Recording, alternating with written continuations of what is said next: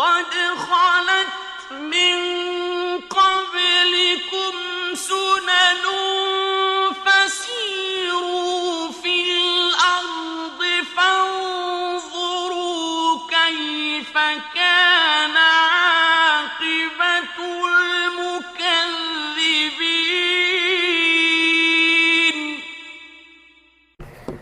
السلام عليكم ورحمة الله وبركاته.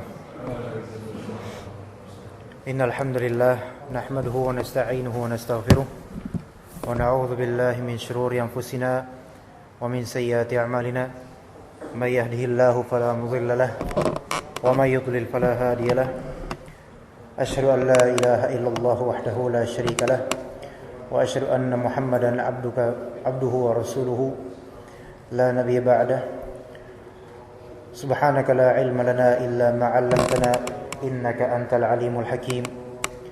اللهم علمنا ما ينفعنا وانفعنا بما علمتنا وارزقنا بكرمتك الإخلاص والتوفيق والسداد في أقوالنا وفي أعمالنا. اللهم أرنا الحق حقا وارزقنا اتباعه وأرنا الباطل باطلا وارزقنا اجتنابه. بسم الله الرحمن الرحيم. Alhamdulillah atas pertemuan pertama kita insyaallah. Di kajian kali ini kita insyaallah akan membahas suatu kitab yang semoga Allah Ta'ala berikan berkah padanya dan faedah darinya yang bisa kita gali. Kitab yang insyaallah akan kita bahas direncanakan insyaallah bulanan sesuai dengan jadwal di Rabu ketiga atau keberapa sekarang? Rabu ketiga insyaallah. Kita akan membahas kisah atau kitab berjudul Kisah Teladan dalam Hadis. Kisah teladan dalam hadis yaitu kisah-kisah yang sahih, yang sahihah yang ada dalam hadis karya Syekh Abu Ishaq Al-Huwaini dari Mesir insyaallah. Yang asal dari kitab tersebut berjudul Sahih Al-Qasas An-Nabawi dan terjemahannya berjudul Kisah Teladan dalam Hadis. Cetakan Aqwam Media Profetika dari Solo. InsyaAllah kitab ini bagus buat kita pelajari satu persatu insyaallah kisahnya. Untuk hari ini satu, untuk mungkin bulan depan insyaallah kita lanjutkan di kisah kedua insyaallah. Dan ana pribadi merencanakan insyaallah ta'ala dan semoga Allah beri taufik dan istiqamah. Insyaallah pada pertemuan berikutnya mudah-mudahan kita sudah bisa, atau ana pribadi atau dari muhsinin bisa memberikan wakaf kitab ini untuk para hadirin. Kita hitung dulu sekarang misalnya jumlah berapa, sehingga insyaallah kedepannya masing-masing dari kita punya pegangan ya insyaallah. Karena biasanya kalau kajian ada pribadi di mana-mana itu memang kitab kajiannya yaitu para hadirin memegang kertas atau kitab yang sedang dimaterikan ketika itu, supaya insyaallah lebih bermanfaat dan lebih melekat di fikiran insyaallah faedah-faedahnya. Tapi karena ini pertemuan pertama, jadi insyaallah kita cukupkan ana dulu yang pakai kitabnya. Tinggal bapak-bapak sekalian rahimakumullah mendengar dan menyimak saja insyaallah. Semoga bermanfaat. Sebelumnya ini kita berikan judul sebagaimana dijudulkan di sini, yaitu kisah 3 orang yang terkurung dalam gua. Dan insyaallah ana akan bacakan Arabiknya, hadisnya, yang kemudian terjemahannya ya, supaya lebih berfaedah insyaallah taala. Diceritakan di sini an Abdullah bin Umar bin Al-Khattab, dari Abdullah bin Umar. Jadi yang disebut Ibnu Umar bin Al-Khattab radhiyallahu anhuma. Beliau menceritakan, Sami'tu Rasulullah sallallahu alaihi wasallam yaqul. Saya pernah mendengar Rasulullah sallallahu alaihi wasallam pernah bercerita, Intalaqa thalathatu nafarin mimman kana qablakum. Dahulu ada 3 orang, thalathatu nafarin, 3 orang ya, 3 ini laki-laki dari kalangan orang sebelum kalian itu pergi berkelana. Ya, 3 orang ini dari sebelum kalian, yaitu dari sebelum zaman sahabat. Maksudnya di sini dari kalangan Bani Israel. Kita tahu kalangan Bani Israel itu keturunan dari Nabi Yakub. Jadi Nabi Ibrahim punya anak yang pertama Ismail. Nabi Ismail. Nabi Ismail itu yang nanti kelak akan di bawahnya nanti kaum Arab. Dan Nabi Ibrahim juga punya anak namanya Ishak. Ishak ini yang nanti kelak di bawahnya adalah Yakub. Jadi Nabi Yakub itu anaknya Nabi Ishak. Nabi Yakub punya nama lain namanya Israel. Ya. Jadi Nabi Yakub punya nama lain namanya Israel. Jadi Nabi Israel itu asalnya nama nabi. Nah, itu Nabi Yakub. Ya. Dan Nabi Yakub bapaknya Nabi Yusuf dengan saudara-saudaranya. Nah, jadi Yakub ini nama lainnya adalah Israel. Kalau sekarang jadi nama negara. Jadi Bani Israel itu Bani Yakub, yaitu anak-anaknya Nabi Yakub gitu. Jadi pemetaannya seperti itu.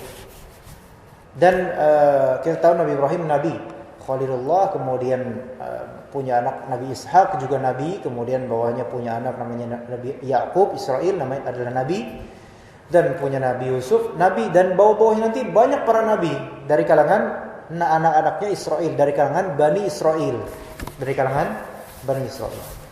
Jadi ini di zaman Yahudi, di zaman Bani Israel ketika itu. Ya, sebelum diutusnya Nabi Muhammad SAW, jauh lama.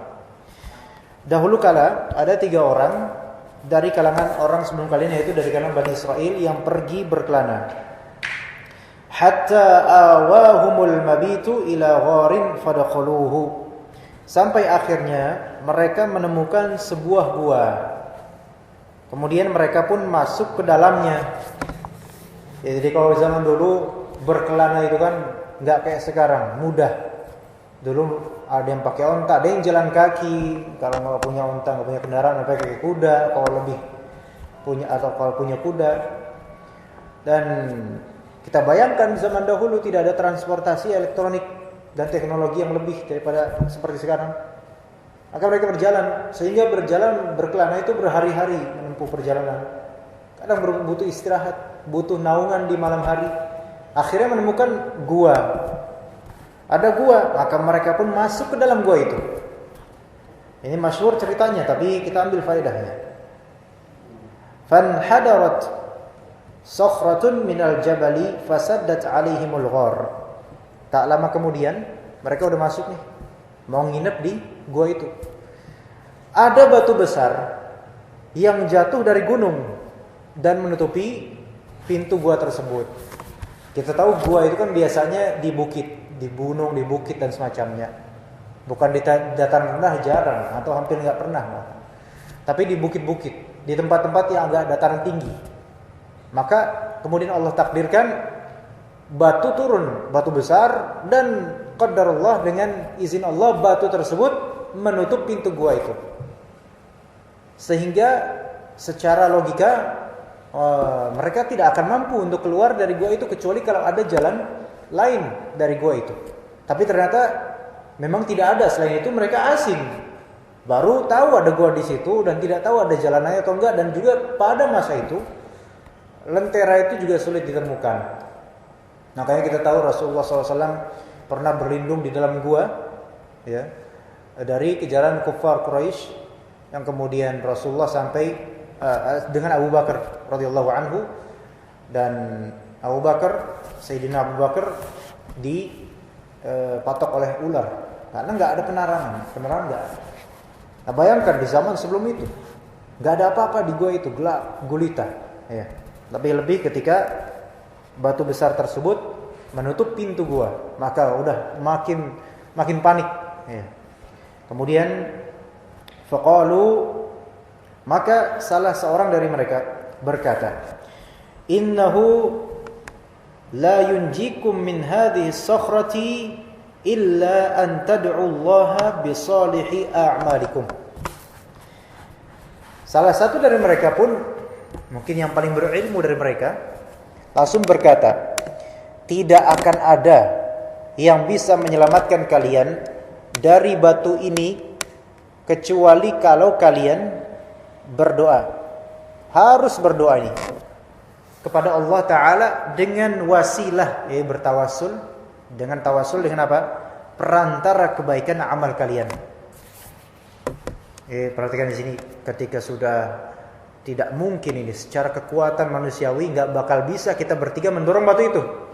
Atau mungkin bahkan kita yang akan celaka karena kita nggak tahu bentuk batunya seberapa, mungkin malah masuk atau gimana. Udah berusaha. Ya, ini ada juga ibrah. Kalau kita udah berusaha benar-benar, maka udah serahkan kepada Allah. Itu satu. Kemudian ibrah kedua, di sini ada ajakan dari salah seorang dari mereka. Inilah pentingnya kita misalnya bersafar dengan seorang yang bertakwa. Iya. Kalau misalnya tidak dengan orang yang bertakwa, mungkin bakal bingung mau ngapain. Ya, apalagi dengan orang yang berilmu. Ya, yang ada hubungannya dengan Allah Subhanahu wa taala. Baik. Maka dianjurkan berdoa kepada Allah. Itu yang kedua. Yang ketiga, bahwasanya tawassul, di antara tawassul yang dibolehkan oleh syariat Islam adalah bertawassul dengan amalan saleh. Yaitu kita meminta kepada Allah Ta'ala dan sembari kita mempromosikan amalan soleh kita yang telah berlalu kepada Allah Ta'ala sebagai penguat doa kita supaya Allah Ta'ala mengabulkan. Misalnya tadi ada bapak yang antum menginfakkan 50.000 ke masjid misal. Ya. Dan kemudian setelah menginfakkan, antum berdoa kepada Allah, ya Allah, saya sedang dililit hutang yang banyak misal. Maka ya Allah, semoga dengan saya membantu 50.000 ini untuk masjid, saya memohon kepadamu dengan bertawassul dengan amal soleh ini, semoga engkau berikan lipatan yang lebih sehingga saya bisa melunasi hutang yang besar ini. Itu tawassul dengan amalan soleh dengan syarat amalan soleh tersebut tidak riya, ikhlas benar-benar. Dan yang kedua, amalan soleh tersebut amalan yang tidak keluar dari koridor syar'i, disebut amal soleh. Nah, nanti akan disebutkan satu persatu amal soleh mereka, tiap-tiap mereka nih, tiga-tiganya nih akan disebutkan satu persatu yang akhirnya meloloskan mereka dari batu tersebut yang menutup pintu gua, yang secara nalar manusia nggak bakal mungkin manusia bisa menggesernya. Jadi tadi tidak akan ada yang bisa menyelamatkan kalian dari batu ini kecuali kalian harus berdoa kepada Allah dengan bertawassul dengan amalan kebaikan kalian masing-masing. Ya. Kemudian qala rajulun minhum, berkata seorang dari mereka, ini yang pertama nih. Yang pertama berdoa, Allahumma kana li abwan syaikhani kabiran. Ya Allah, sesungguhnya saya mempunyai dua orang tua yang sudah renta, dan saya tidak pernah mendahulukan selain keduanya. Ya. Yani wa kuntu la aghbaqu qablahuma ahlan wala malan. Ya Allah, saya tidak pernah mendahulukan selain keduanya, baik keluarga maupun pelayan untuk meminum air. Yaitu kalau untuk urusan air, ya Allah, saya selalu mendahulukan kedua orang tua saya daripada siapapun. Nah, kemudian bercerita dalam doanya, ya, bercerita di doanya kepada Allah Ta'ala. Dan Allah Maha tahu atas semua cerita itu. Fana abi talabus syajar falam aruh alaihima hatta nama fahalabtu lahuma ghabuqahuma fawajadtuhuma naimaini fakarihtu an uqidhahuma wa ana aghbiqa qablahuma ahlan aw malan falabithtu wal qadahu ala yadayya antadhiru istiqadhahuma hatta barqal fajr was-sabiyyatu yatadaghawna 'inda qadamayya fastayqadha fashariba ghabuqahuma. Ini ceritanya begini. Pada suatu ketika saya pergi mencari kayu bakar. Sampai tatkala pulang, saya mendapati kedua orang tua saya itu udah tidur. Ya coba kalau misalnya kita yang masih muda nih, ketika misal sekali lah, yang masih ada orang tuanya, alhamdulillah. Coba lihat ketika mereka, ya mungkin di mana gitu, ketika mereka sedang tidur berdua, tidur. Apa yang dirasakan? Gimana perasaannya? Kemudian tentu saja kalau misalnya yang kita sudah menikah, dulu waktu kita sebelum menikah, kita mungkin belum bisa merasakan apa yang orang tua kita rasakan. Tapi setelah menikah, setelah punya anak, ya mencari duit, mencari nafkah, ujian demi ujian berlalu, baru ngeh kalau bahasa sini, ya. Baru ngerti, oh kayak gini rasanya jadi orang tua. Nah ini di sini tatkala pulang saya mendapati keduanya telah tertidur. Ini orang ini yang di sini berbakti sangat kepada orang tua, walaupun dia punya istri, punya anak. Jadi kalau untuk laki-laki Pak, asalnya ibu tetap dinomorsatukan di atas istri, ya, dan tidak sebaliknya. Adapun istri harus menomorsatukan suami daripada bapaknya. Itu dalam Islam, ya. Jadi kalau misalnya ibu kita memerlukan bantuan, maka dahulukanlah ibu kita. Ya. Tetapi juga bukan berarti kita menyedikitkan nafkah untuk keluarga sendiri, enggak. Melainkan harus membalance antara semuanya. Asalnya begitu. Nah, di sini contoh di antara akhlak dan syariat sejak zaman dahulu dalam Islam. Seorang kepala keluarga itu tidak boleh menelantarkan kedua orang tuanya. Kepala keluarga di sini ya bapak-bapak kita. Ya. Maka saya pun memeras susu untuk makan malam mereka berdua. Namun saya dapati keduanya sudah tertidur pulas. Nah, saya pun enggan untuk membangunkannya. Dan saya tidak mau memberikan susu tersebut pada orang lain sebelum keduanya. Pada anak sendiri, istri sendiri, atau siapapun, harus keduanya didahulukan. Sehingga saya menunggu dengan tetap memegang gelas. Lihat, bayangkan. Saya terus menunggu mereka berdua. Saya memegang gelas, terus memegang, terjaga gelas itu, sampai keduanya terbangun pada kapan terbitnya fajar. Berjam-jam itu nungguin ibunya bangun dan bapaknya. Untuk menyuguhkan sekadar susu saja. Sementara anak-anakku merengek meminta minum di bawah kakiku. Sampai akhirnya kedua orang tuaku terbangun lalu meminum air susu tersebut. Ya ini ketika itu. Kalau sekarang memang sulit keadaannya. Ya. Sekarang dahulukan yang memang lebih layak didahulukan. Ya mungkin kita beli susu sedikit masih misalnya kurang, masih bisa ngutang sama tetangga. Sehingga anak pun bisa kita berikan, gitu kan. Jadi ini tidak langsung serta-merta 100% dikiaskan dengan apa yang ada di kita sekarang. Karena nggak mungkin di sini kalau misalnya anak kita merengek nggak kita kasih apa-apa, yang nanti bakal mencak-mencak istri lapor mertua, berabe lagi urusannya. Ya tetangga terus tahu nih anaknya nangis nggak diademin, langsung tetangga, wah ini nggak benar nih loh.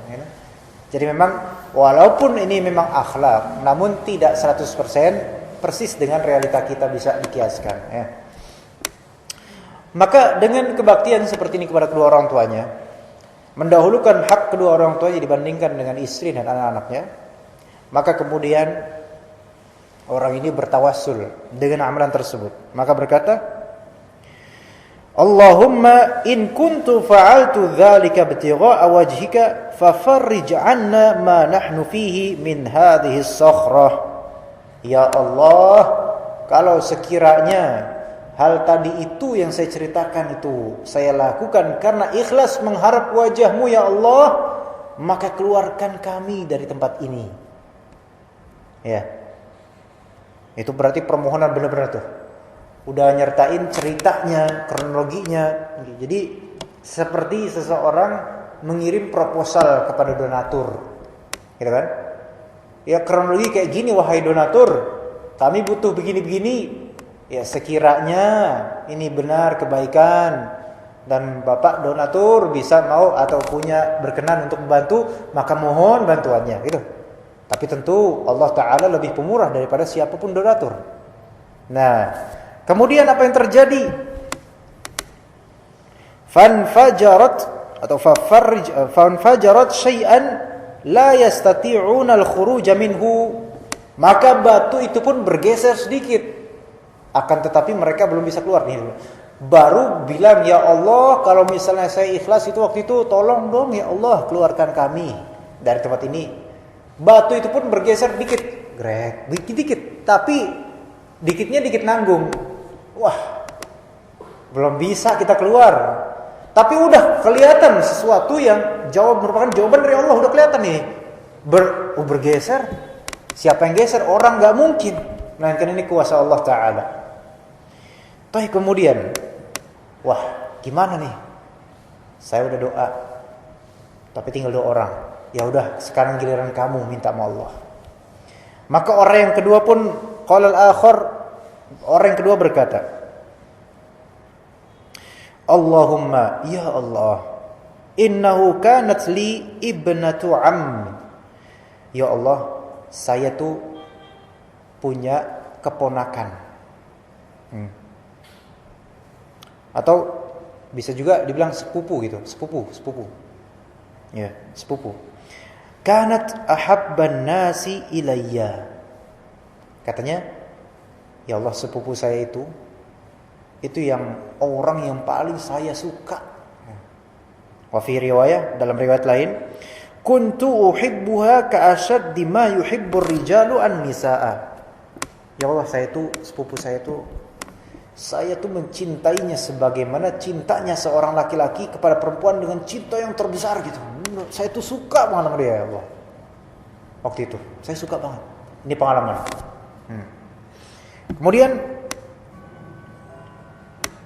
fa'aradtuha ala nafsiha famtana'at minni hatta alamat biha sanatun minas sinin.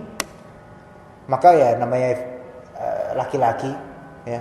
Saya pun menginginkan dirinya, ya Allah. Namun ia menolak. Entah alasannya apa, enggak dijelaskan. Hal itu berlangsung sampai datang suatu masa panceklik yang membuat keluarga dia itu kekurangan. Jadi saya tuh suka banget sama dia, ya Allah, waktu itu.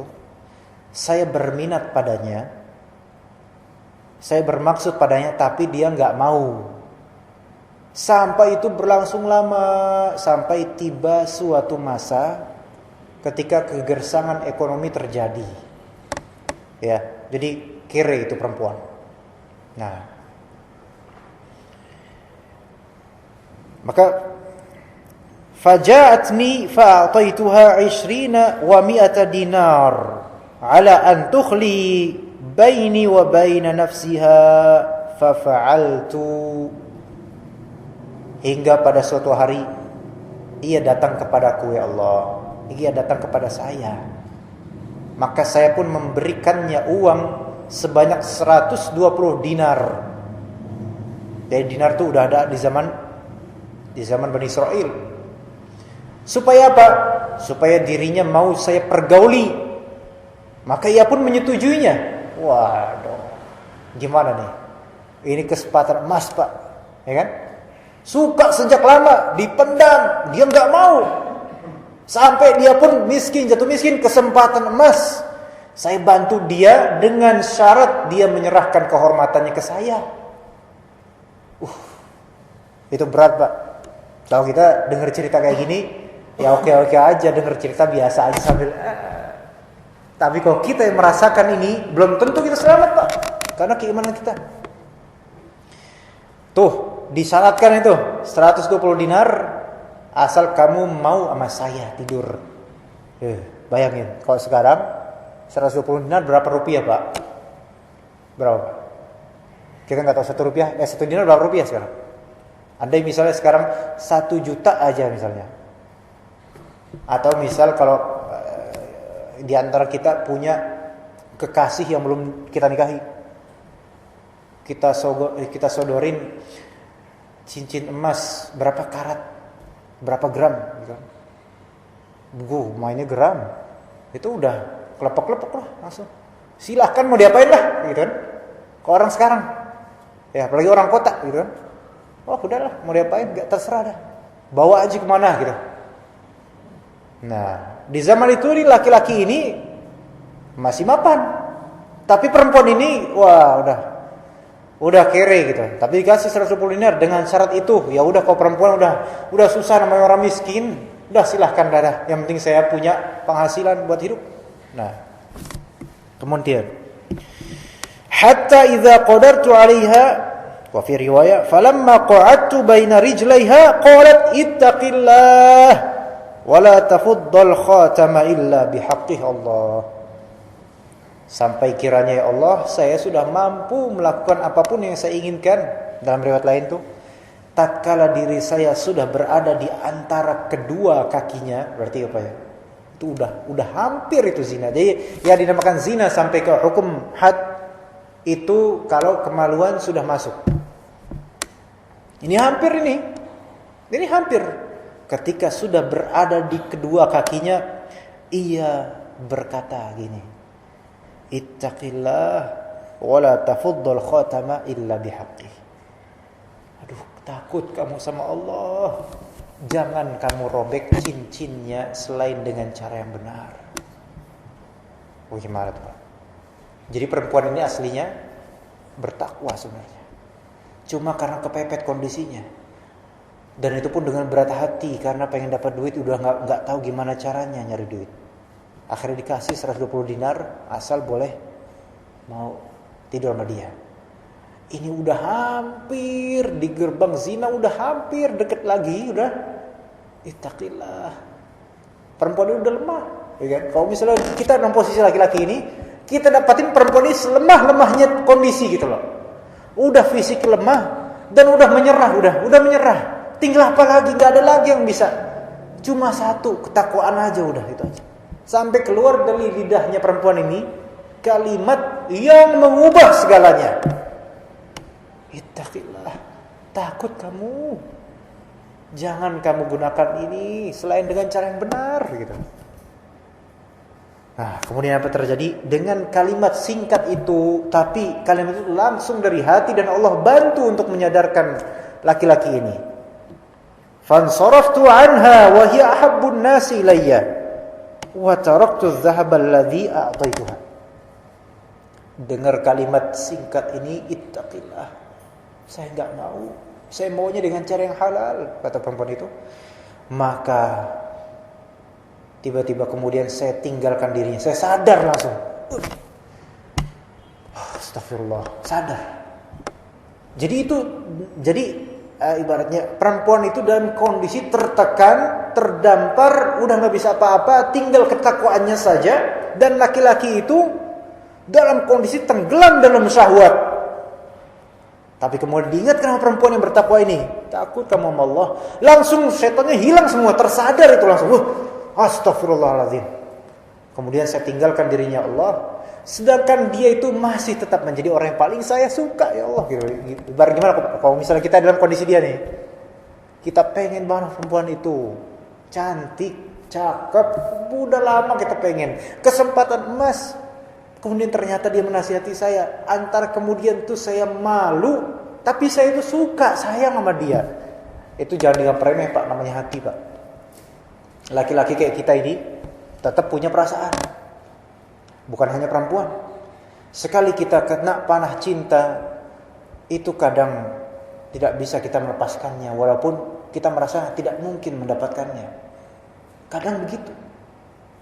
Makanya ada istilah cinta lama bersemi kembali, ya kan? Kalau istilah sekarang tuh cinta lama bersemi kembali. Dulu waktu kita masih muda, ketemu, saling, wah, sayang banget sama itu perempuan.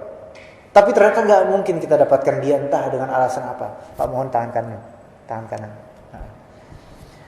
Dengan alasan apa nggak bisa. Tapi pas sudah mungkin udah usia berapa 30, 40 ketemu lagi sama dia, cintalah bersemi kembali karena ini yang dulu. Kadang kita ditolak atau semacamnya, tapi masih ada sisa-sisa itu. Seperti laki-laki ini. Dan ini sesuatu yang manusiawi, Pak. Bukan sesuatu yang sebenarnya harus ditertawakan juga, bukan. Tapi manusiawi. Ketika seorang manusia mencintai seseorang dan gak mungkin memilikinya, karena masih ada kepikiran kadang-kadang. Gitu. Jadi saya tinggalkan dirinya Allah, sedangkan dia orang yang paling saya cintai, paling saya suka, ya Allah. Dan saya juga tinggalkan semua uang yang saya berikan kepadanya, ya Allah. Jadi udah, dia kehilangan apa, Pak? Kehilangan orang yang dia cintai. Dia sendiri yang pergi karena takut, malu. Tapi sayang. Dan dia juga kehilangan semua harta yang telah diberikan. Udah, saya relakan, udah, saya tinggalkan. Kemudian Allahumma in kuntu fa'altu dzalika ibtigha'a wajhika fafruj 'anna ma nahnu fihi. Ya Allah, kalau sekiranya saya lakukan itu dengan ikhlas karena mengharap wajah-Mu ya Allah, maka keluarkanlah kami dari tempat ini. Kemudian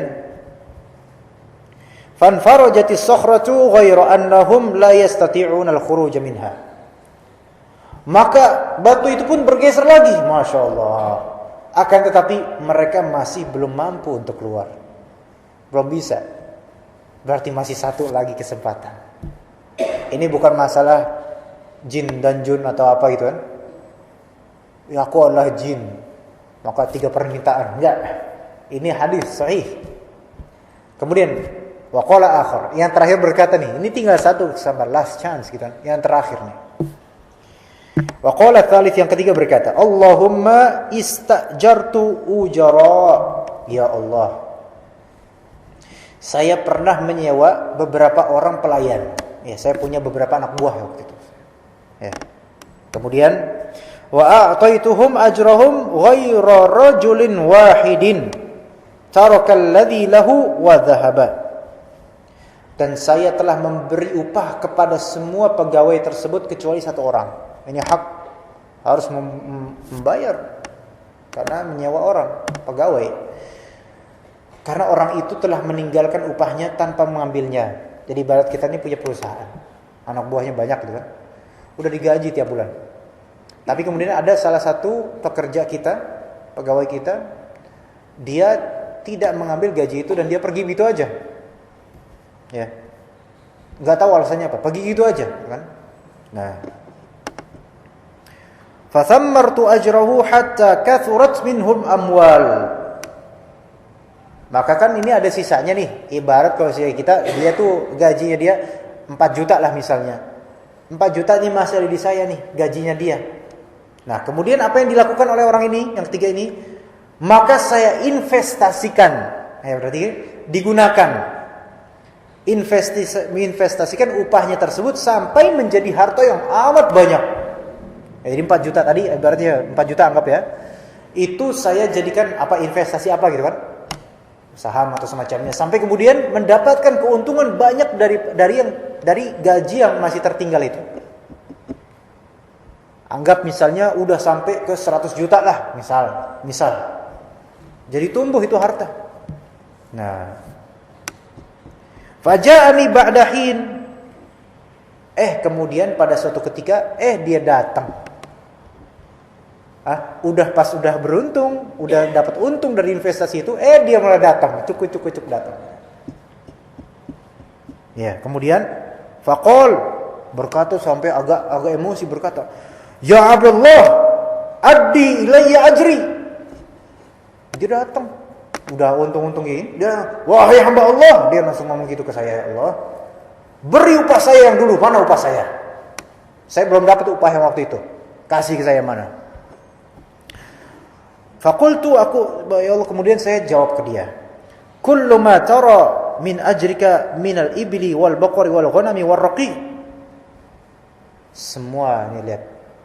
Semua sebenarnya yang saya punya sekarang, yang kamu lihat dari kambing-kambing, ya, dari sapi, dari unta, serta budak-budak ini, itu semua sebenarnya investasi dari upah kamu. Itu gimana Pak perasaan kita? Jadi ini uang, sebenarnya uang kamu dulunya saya investasiin, sekarang ini yang saya punya. Nah, ia pun berkata begini, "Ya Abdullah, la tastahzi bi." Wahai hamba Allah, kamu ngejek saya ya? Kamu ngejek saya. Dia bilang gitu ke mantan bosnya. Kamu ngejek saya ya? Maka saya jawab, La astahzi'u bika. Saya enggak bermaksud mengejek kamu. Maksudnya dia enggak terima.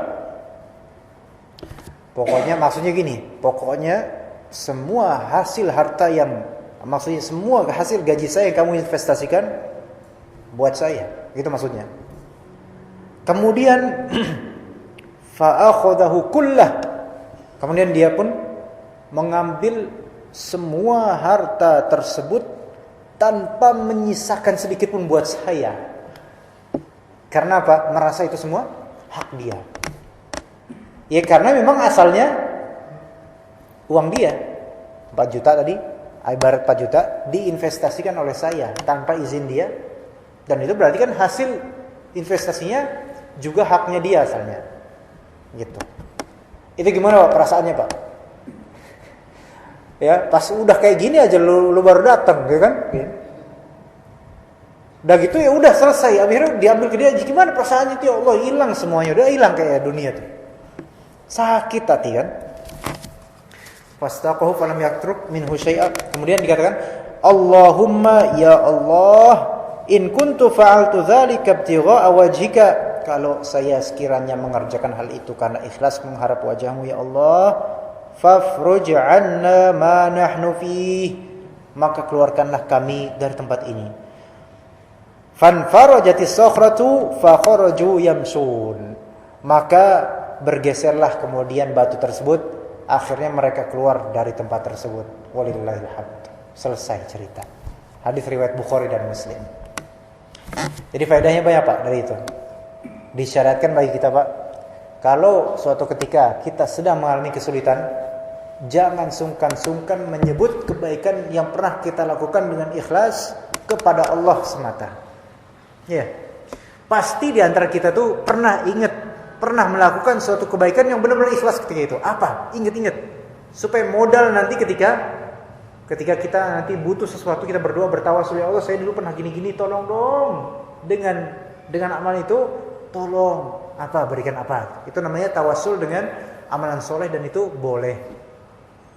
Dengan amalan soleh berupa bakti sama orang tua misalnya apa. Meskipun misalnya ya Allah saya dulu pernah lagi main game, orang tua saya nyuruh saya beli minyak tanah. Kemudian dengan berat hati tuh saya karena pengen berbakti, saya beli minyak tanah, saya tinggalkan game. Itu bisa Pak untuk menjadi tawasul. Itu memang hal yang remeh banget, apaan sih kayak gitu buat doa. Allah Ta'ala itu tidak akan menyanyiakan, gak bakal. Dan amal-amal lain, misal kita ketemu, ya Allah saya itu pernah melihat ada semut yang sedang berenang di air. Itu bahasa kayak gitu. Padahal maksudnya apa? Semut itu lagi kesulitan gitu kan, kelelep gitu. Kemudian saya dengan telunjuk saya iniin ya Allah. Terus saya taruh di daun. Ikhlas, enggak dilihat siapa-siapa, hanya Engkau ya Allah yang melihat. Ya Allah tolong saya sekarang lagi kere. Tolong dengan amalan itu mudah-mudahan Allah ya Engkau mau membantu saya ya Allah. Saya minta bantuannya. Pasti Allah bantu. Iya. Pasti Allah bantu. Apa sekarang Pak? Apa sekarang kegalauan kita itu apa Pak? Misalnya masing-masing punya. Apa misalnya istrinya kok sekarang ada yang sulit diatur, kok istri saya sekarang agak genit, itu kan musibah itu istri genit. Kemudian anak saya kok bandel, gitu kan? Tapi mungkin salah saya juga nggak mendidik, gitu kan? Atau tetangga saya suka ngomong kotor ke saya, atau gimana? Apapun masalah itu kita minta sama Allah, karena di antara nama Allah itu Al-Mudabbir, yaitu yang mengatur segala urusan Pak. Jangankan urusan kita, urusan binatang aja itu Allah udah atur. Jangankan kita pas lagi melek kayak gini Pak, kita lagi tidur aja sebenarnya kita udah diatur urusan darah kita. Ya, semua urusan nafas kita. Coba Allah nonaktifkan nafas kita. Istri kita langsung keluar-keluar, udah gak nafas kan? Tapi Allah atur itu semua nafas alurannya dari sejak kita masih di rahim sampai nafas terakhir kita nanti.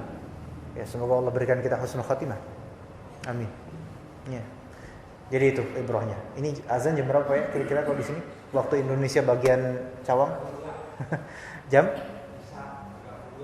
Oh, berarti masih lama ini Pak, insyaallah ya. Baik, kalau misalnya ada pertanyaan dipersilakan Pak.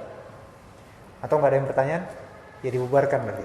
Jadi insyaallah mudah-mudahan pekan depan insyaallah kira-kira mungkin 20 mudah-mudahan bisa saya usahakan untuk menyumbang kepada masjid teladan ini kitab insyaallah dicarikan kisah teladan dalam hadis.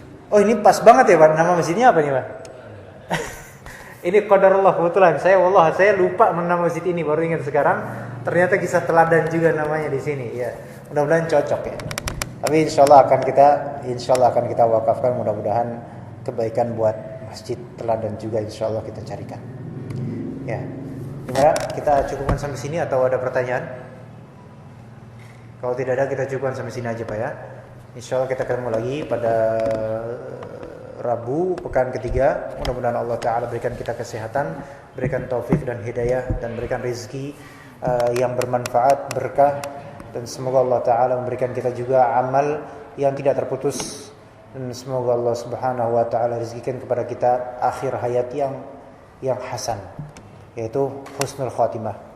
Betapa banyak dari muslim yang dia hidup mungkin zahirnya di depan manusia itu soleh, tapi ternyata di akhir hayatnya dia su'ul khatimah. Na'udzubillah. Mungkin. Itu mungkin, ya. Ya. Jadi yang namanya husnul khatimah atau su'ul khatimah tidak ada satupun dari kita yang bisa menebaknya. Enggak bisa. Tetapi husnul khatimah dan su'ul khatimah tergantung dari konsisten amalan kita. Maka carilah amalan yang konsisten. Enggak mesti banyak, tapi rutin, terus konsisten, insyaallah Allah berikan. Mudah-mudahan bisa jadi Allah wafatkan kita di amalan tersebut. Itu lebih baik jauh ya, daripada Allah wafatkan kita di amalan yang buruk. Bisa jadi kita misalnya konsisten istighfar atau konsisten bertahlil, yaitu tahlil la ilaha illallah, la ilaha illallah. Siapa tahu la ilaha illallah itu adalah kalimat terakhir kita. Itu Masya Allah. Sebenarnya dalam hadis, siapa yang kalimat terakhir la ilaha illallah maka masuk surga. Ya, semoga Allah Ta'ala pertemukan kita di dunia dan di surga nanti insyaallah. Amin. Kita sekarang ini gak kenal nih. Mungkin Bapak mungkin gak kenal saya. Saya lebih-lebih. Nah, tapi biarlah tidak kenal di dunia, tapi saling berkunjung di surga. Allahumma amin. Allahumma amin. Semoga Allah pertemukan kita dengan kaum muslimin seluruhnya di surga Allah Subhanahu Wa Ta'ala, termasuk dengan 3 orang yang tadi lolos dari gua itu. Siapa tahu? Hanya Allah yang tahu ya. Wallahu ta'ala alam. Kita tutup dengan doa kafaratul majlis. Subhanakallahumma wa bihamdika asyhadu an la ilaha illa anta astaghfiruka wa atubu ilaik. Wassalamualaikum warahmatullahi wabarakatuh.